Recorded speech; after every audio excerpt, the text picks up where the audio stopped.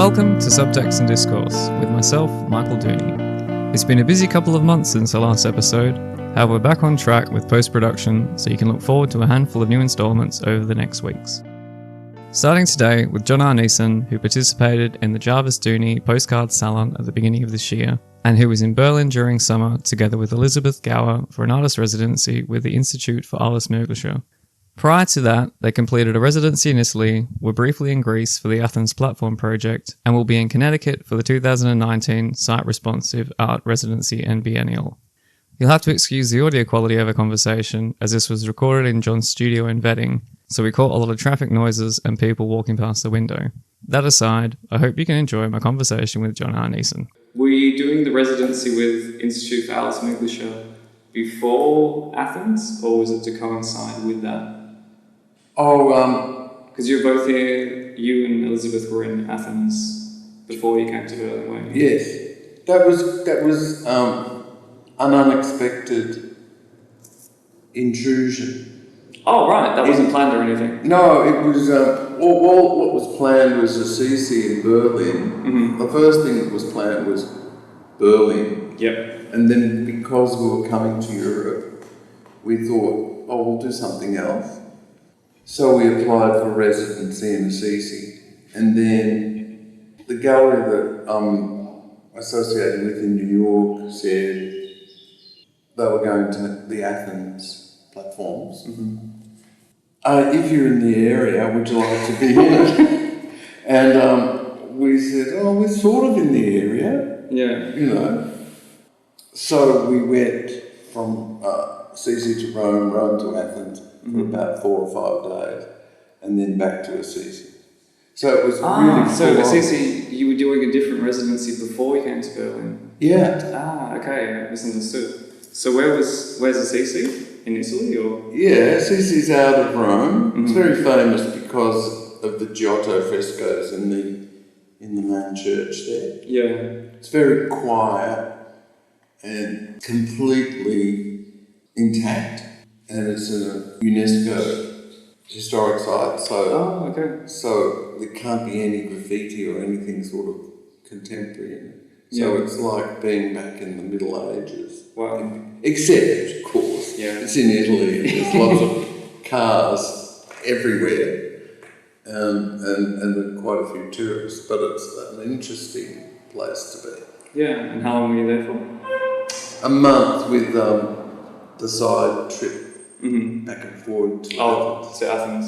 Yeah. And then from there directly to Berlin. Yes. Were you doing similar work? Like, because here you've shown me a few bits of the studio, but in Assisi I was doing the outdoor venue specific work with mirrors on the easels reflecting the landscape juxtaposed with paintings, illusionistic paintings of mirrors and landscape. Yeah. Because I think my introduction to your work was, I think, last year. So that was also Institut for Alles Mögliche? Yes, it was, yeah.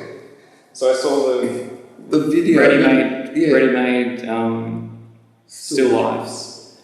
When I went to your website as well, it seems as maybe a number of different threads or a number of different paths that you have. So there's the ready-made still lives, but then the mirrors. The venue-specific installations of paintings that relate very much to the site. Yeah, because that's what you called it on the web, was venue referential projects. Yes. And that's since, as I understand, it's from 1993. Yeah, that's when I started them. Because I got disillusioned with conventional art galleries. Okay, so you're going outside? Because the ones I was with completely went kaput, owing people money and everything, and I thought, there must be another way of doing this.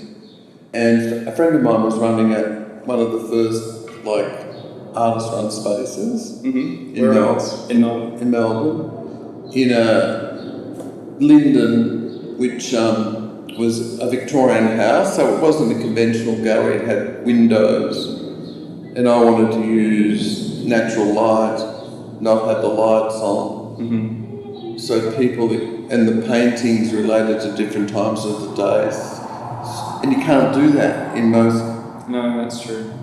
conventional galleries. You can't do, everything's so homogenised. Yeah.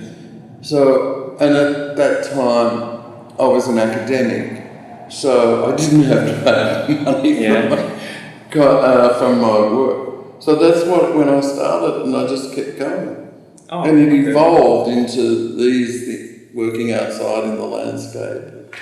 And when was the first time you went outside the space or outside the studio of the gallery? 1986. Oh, so even before this venue referential? No, 1986, yeah. But you were still, I guess, still working out what it was and how you were going to do it. Oh no, that was number, I might have that date wrong, I might have meant 83. Yeah. I'm getting old, I don't remember. No, that was about number 6. Okay. And it was Arthur Boyd's place on the Shoalhaven that one could apply for. Mm-hmm. And I did the work there. They were landscapes. And the house has got French windows all the way around it. So I did these paintings that coincided with the reflections in the panels of the window and inserted them in the door. Ah, okay, so where the mirror was, you painted what was reflected in the mirror and then replaced the mirror with the painting. Yeah. Ah, okay. Yeah. And that's, I guess, since then you've kind of carried that. One way or another, yes. Yeah. So with the ones there where you've got the Coke can and the apple and everything, that's the same, I guess it's the same principle, or it's the same... Yeah, well that came from an artist-run venue in Melbourne called West Space, who had an annex for a while in a big shopping complex, and they took over a disused store and people applied to use it. So they were arranged on a long shelf and the objects came from the cafeteria that was just out the door. Yeah. So it related to the whole idea of merchandise and consumption and that sort of thing, which I guess is what the posters do as well. Yeah, because I think even with the new work that you've shown me, everything that you've made or everything that you're producing is essentially a response to your immediate surroundings. Yeah, that's what they have in common, yeah. So they're all, if you like, fugitive and a response, yeah. So if there's nothing to respond to, I'm very lazy. Then with the ready-made still lifes, what started that? Like, were you taking things and putting them out somewhere? Yeah, what happened there was we moved studios to the inner city in Melbourne, to Collingwood. And I was painting what you might call conventional still life. Yeah. And then because of the change of environment, and there's lots of graffiti and street art. Yeah. I thought, how can I incorporate that into what I was doing? Like I just couldn't ignore it. Mm-hmm. So I started to take what you might call conventional still life objects out and put them on ledges around the street. Yeah. You know, like a skull and grapes and all that sort of stuff, and photographing. And then I thought, hello, I don't have to do this, it's already there. Yeah. All I have to do is document it. So all these things are found. Yeah. I don't move anything, or I guess the only composition I get. Yeah, is the perspective that you're choosing. Yeah. So how long did these happen long after the mirror project? The ready-made still lifes? Because you were doing the mirrors, it seems like for most of your practice has been the mirrors have always played a role. Yeah, the idea of mirror or mirror images. Sometimes I had, there was one project I did at a place called Connecticut.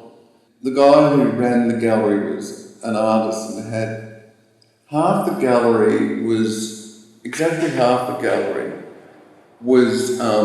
renovated into a white space, and the other half of the gallery was still distressed walls and that sort of thing. Okay. So what I did there was painted replications of the distressed walls on the white walls and replications of the white walls on the distressed walls. Oh, okay. So that was sort of mirroring without actually mirrors. Yeah. Yeah. So I've done things like that. So the mirror has been not an actual mirror. Yeah. Yeah. I guess it's the space reflecting onto you, and then you're reproducing Yeah. that. So you're, in a sense, you're kind of the mirror rather than like the physical object. With the still lifes, I read that you sometimes reproduce them as a poster or an image, and then paste it into the. Yes, I've done that a few times. Mm-hmm. The first time I did it was along the lane that leads to my studio in Melbourne. There just happened to be 14 blank metal panels on the side of the building. Just happened. Yeah. And I thought I could use them, you know. Also, I can get some money from the council.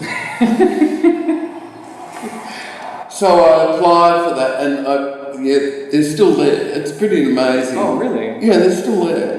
How long ago was when I began it, the wall had hardly any tagging or graffiti on it at all. Yeah. And gradually, over about 3 years, the whole thing is starting to subsume. I like it, you know, the fact that it's moving over. Because initially the taggers just did not spray these works. They seemed to respond to them. Oh, that's interesting. Yeah. So I've got everything around it has been graffitied. Yeah, but they left it. But now, because they've been there so long, there's the odd spray on. I could clean it off because they're totally proof, do you know what I mean? Oh, right, so behind a kind of protective person. Yeah, because with the money, I got this stick-on stuff. And got a professional to stick it on, and it's got graffiti proofing on it. But I just, I haven't got time, and also I just thought, I like it. Yeah. And so I've documented the evolution of that as well, you know, how it's gradually being subsumed. Yeah, I have to show you. That's, I think even the evolution of the space and how you've taken like a found, instead of inserting an object, you found them and documented them, reinserted it into the space, and then other people are now responding to what you've, reintroduced. Yeah. You can't, being an urban dweller, I can't be painting landscapes in Collingwood, you know. Then it seems with quite a lot of your work, and I think even that you're doing a lot of residencies and working with a lot of project spaces, a lot of it does seem to be outside of the conventional gallery context. That's deliberate. Has it been always, or you just... No, it started back in, is it 83 or 93? We'll have to double check that. Yeah. But it started when the gallery I was with in Melbourne and the gallery when I was with in Sydney, who were both pretty up there sort of galleries as far as, like Fred Williams showed with one of them. Okay. Just when it could. Okay. I owed money, and they weren't the only galleries, and the whole economy slumped or something. Yeah. And I thought... Was it just in Melbourne or in Sydney? Or just whole of the country. Yeah. I guess I was too young. I would have been at school. Yes. You may not even have been born. No, I was born. And I just got fed up, and I thought, there's got to be another way of doing this. Also, I felt that the whole conventional gallery thing, you know, the white cube with that sustained lighting and everything, was actually holding back the development of what could be development of painting. Yeah. And I wrote a PhD on this actually. Oh, okay. And when I began to investigate it, I realised that the idea of integrating the architecture and the painting was something that had been done, you know, back by Giotto. Yeah. And then it had gradually become that commercial product thing. And so I just thought there's another way of doing it. And it coincided with the rise in Melbourne of artist-run spaces and non-conventional galleries. Really? So before that, it was not really a thing? No, it wasn't really a possibility. Oh, that's interesting. Yeah, I mean, I know from a few of the other, let's say, later generation artists from Australia that I know, they seem to, especially in the 90s, have gone through a similar, maybe disenchantment with the system and how it is, and thinking how can we keep doing what we want to do, but not be beholden to this system that obviously isn't sustainable. Because the way that it is with the gallery is sort of, it does fluctuate and it is dependent on other economic factors. Yeah. You still want to be, you're still going to respond to the spaces and you're still going to want to create the works. You don't want to be restricted by other factors if you don't necessarily have to be. No. I mean, how has it changed then for you both? Because I guess you both live in Melbourne as well.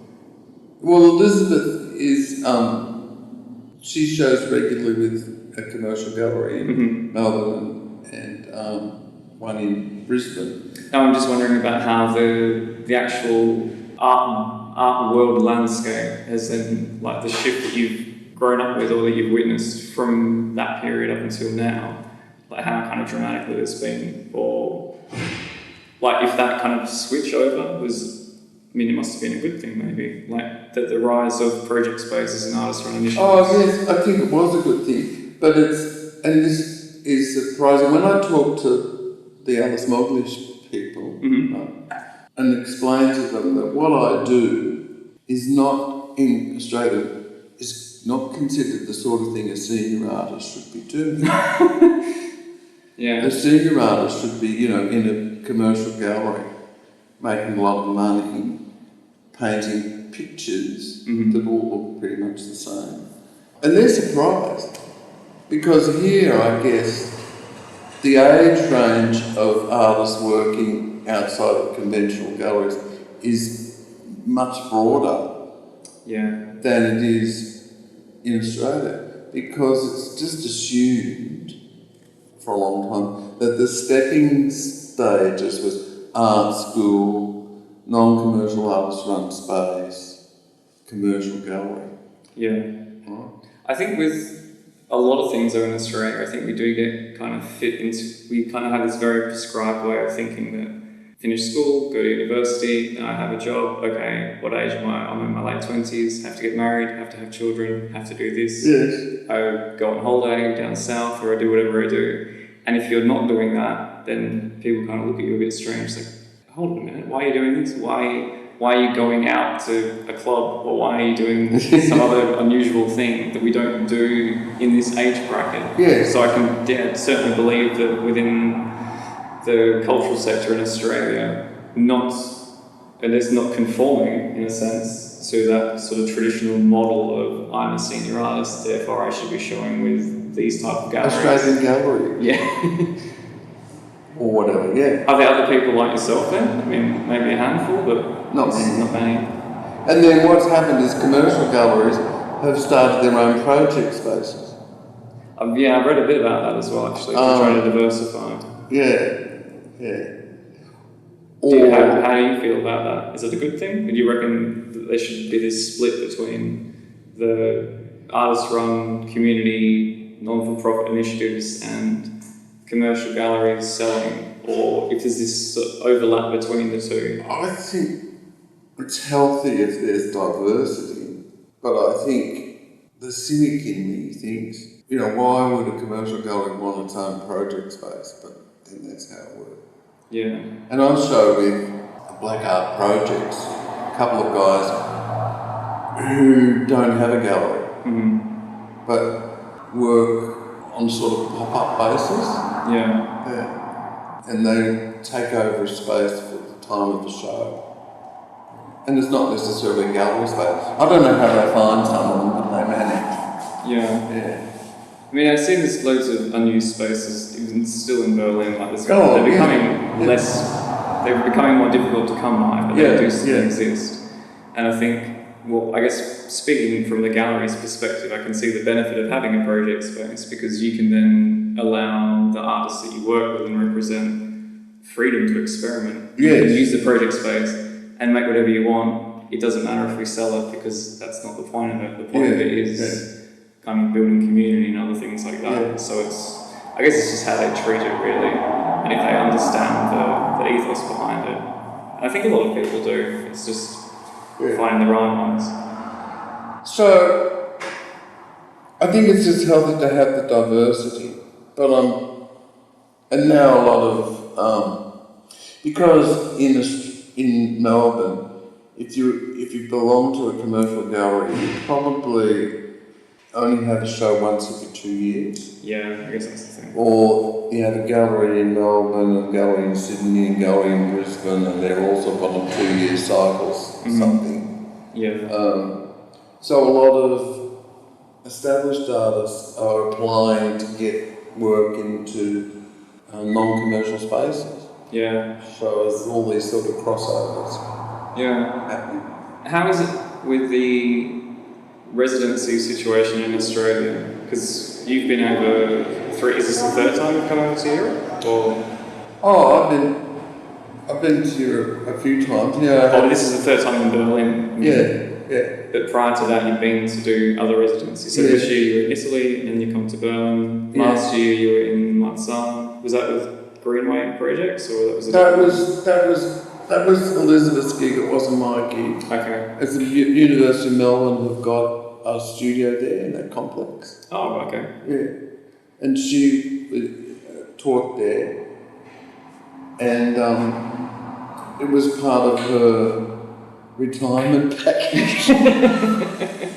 So you both were teaching at university as well? Oh, Yeah, I mean, I guess that makes it easier to manage, really, then also. You kind of got a daytime practice, so you've got a full-time practice. Yeah, that's why I can afford to be a little non-commercial. I could. Yeah. Also, Elizabeth made a lot of money. Don't tell her. Yeah. So I can afford to be, I suppose in one sense, idealistic, but I guess I've always managed to subsidise the thing with grants and residencies and things like that. Yeah. Because the other thing that I did in the street was with the Melbourne City Council. Yeah. I got a grant from them, and I had 2 poster projects in the street. So with ready-made still lifes. That one, a version of that one, and a version of that one, the blue one. So for 2 weeks, a poster company kept putting these up on their posters all around the city, like they do rock and roll posters and stuff like that. Yeah. So I did 2 projects like that, and the money for it I got from the City of Melbourne, artist grant. So but that's how I managed to do that. Well, that's pretty good. Yeah. Whilst you're in Berlin, then, what's work that are you hoping to make while you're here? Is it always just going to be responding to space and you just seeing what happens in each new environment that you go to? Yeah, well, I've only got a little time left because we're only here for a month this time. So, that's what I wanted to do. That's why I wanted to come here. I particularly wanted, when I found out that this particular space was available, I put up my hand and said, yeah, I'll come, mainly because the outside, the garden. Ah, right, for the mirrors. Yeah, for this. But then I've got caught up with the window and the distortions. Yeah. No, you have to send me one. I can put it I'll put it in the post so people can have a preview of it, because it's really nice. Yeah. So that was sort of unexpected, so you have to rely on or remember that would happen. So it can't be always so prescriptive about... That's what I feel like with a lot of your work, like serendipity plays a massive role. Like a lot of it is just... I mean, you're seeing things that other people aren't seeing, and I guess that's what we... Which I find sort of... what do you mean? Oh, it's that. They say, oh, yeah. Really nice. I'll have a chat with Liz later as well, but when did you both meet, you and Elizabeth? Was it at university or at No. We met through the Melbourne art world, and she'll remember how long ago it was more than I. neither. It must have been about 35 years ago, Mm-hmm. or even longer, because we've got a son who's 32, I think, and a daughter who's 30. So yeah, it's been quite a long time. Yeah, and have you made work together? Because No. you both have very established individual practices. There's never been... No. Oh, we did one collaboration for a public art commission.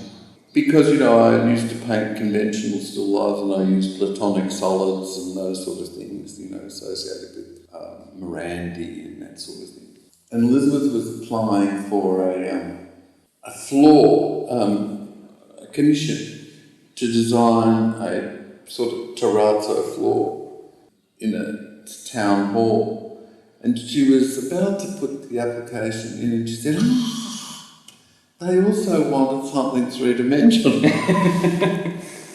And I said, I have these cones, and she said, let's just put that in, photograph one of those. And we got the commission. Had to make about a 5 metre high cone out of MDF.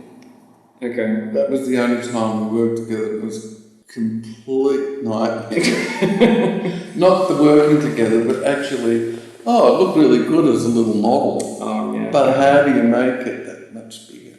So we worked together for that. Yeah. And what was that, a public installation or was it? Yeah, it's still. It's still there. Yeah, well, the cone's still there. It had the top knocked off at once and then put back together.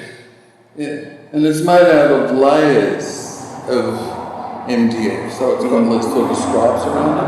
Because these models I had made, for the paintings, were made out of MDF all stuck, together and made on the lathe.